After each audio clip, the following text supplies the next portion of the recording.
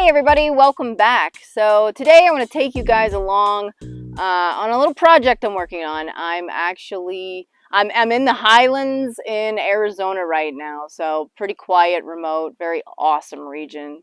Lots of great adventures to be had here.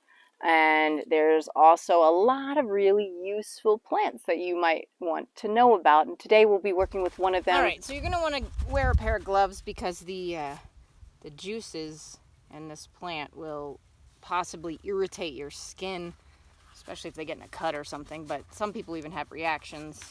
Some people could have allergic reactions. So just wear some gloves. And also, these edges are very sharp. As you can see, the plant is toothed the whole way down the leaf. So be careful when you're getting your leaf out. Also, be careful of snakes out here. Rattlesnakes will like to possibly hide in plants like this, you know, or they can be under and you might not notice. So just want to be careful of snakes as well. So a couple of precautions there. Now we're just going to go, as you can see here, just going to take this leaf here and I'm going to try to cut it as low to the base here as to the stalk as I can, so we can get as much fibers to work with. Again, ideally we'd work with a much longer leaf, but we don't always have that choice, right? We just have to deal with what we find out here. Okay, start cutting. All right, so you're gonna want to take these spines off here. Just kind of, you can pop them off with your knife. They come off fairly easy if you hit them the right way. There we go. And that way, you need to carry this thing, and once you start processing it, you're not getting all stabbed by those sharp teeth. So yeah, just get the edge off first. It's the first thing you're going to want to do. And like I said, you just kind of, it'll come off there. Well, there's a remnant stalk or spike that shot up. So if you can see that there on the ground. This thing here, really tall. That is the spike. I don't know. These can be like 20 feet tall. And if you follow it back there, it's connected here to, well, this dead plant now. Because they actually, once they shoot that stalk out, the plant actually dies, in this case of agave plants like this. So this is now died, and maybe our little agave over there was its baby, right? So that's pretty cool. All right, so now you just want to get as flat of a rock or surface as you can. When you're out here, you have to deal with what you have. Unfortunately, this stuff's volcanic and it's kind of not the smoothest surface per se, but it's what I got. And take another rock. Again, a little bit of a smoother surface would be better. And then, yeah, if you want to avoid getting all the juices on you, then you can wear a pair of gloves. And then you're just going to smash this a bit to break up the outer part of the leaf here to actually get into the fibers. You can see all the fibers right there. We need to get to those, and it takes a bit of work. You just kind of hit the surface a bit, and it'll slowly loosen up the outer, harder part of the leaf. You're also going to have a lot of the juice inside to deal with these thicker, kind of more succulent agaves. So, but it'll slowly get there, and then you'll be able to get to those fibers.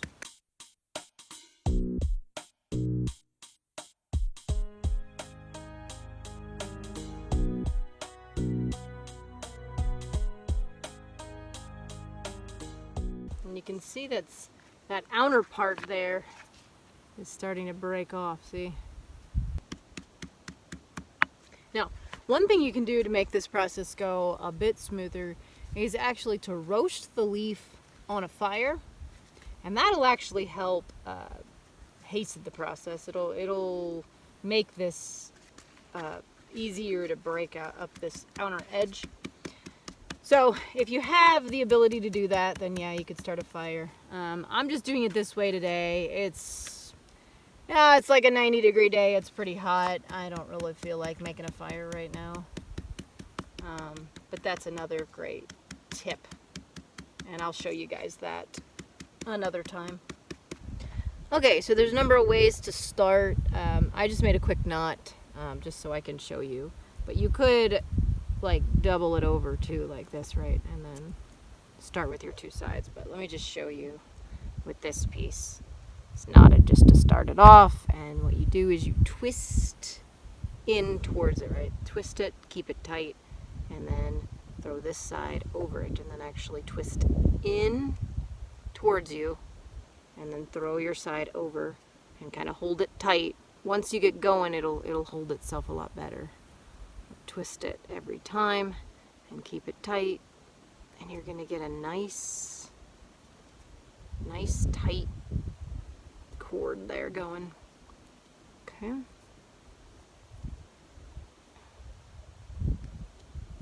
See that?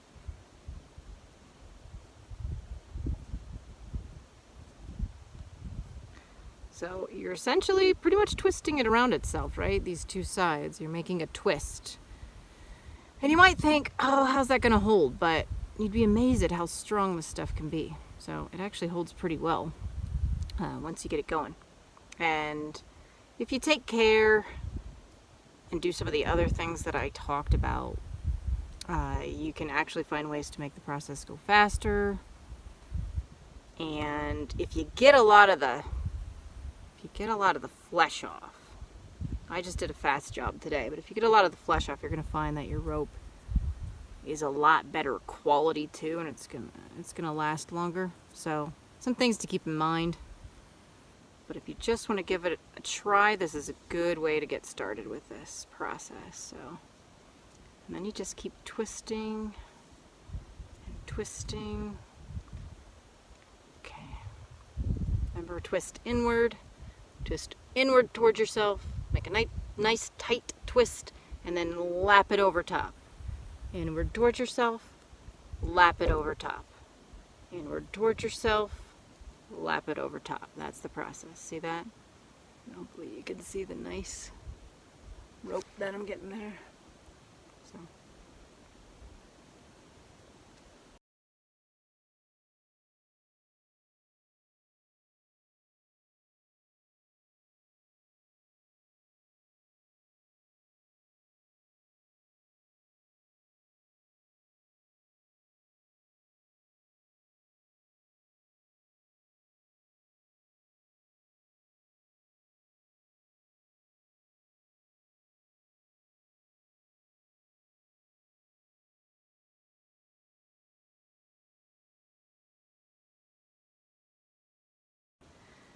And I know I told you that this stuff can irritate the skin. Problem is I find it a lot easier to work like this. It just it kind of drives me crazy to have gloves on. So it's going to be up to you. I also haven't had too many issues with it myself, but I know some people do, so it's word of caution since you see me doing it this way. So you could try feeding one on each side to make these longer, since we have a pretty short amount to work with. But another easy way is to actually, you could feed it in like this as well, and then that'll be a stronger hold.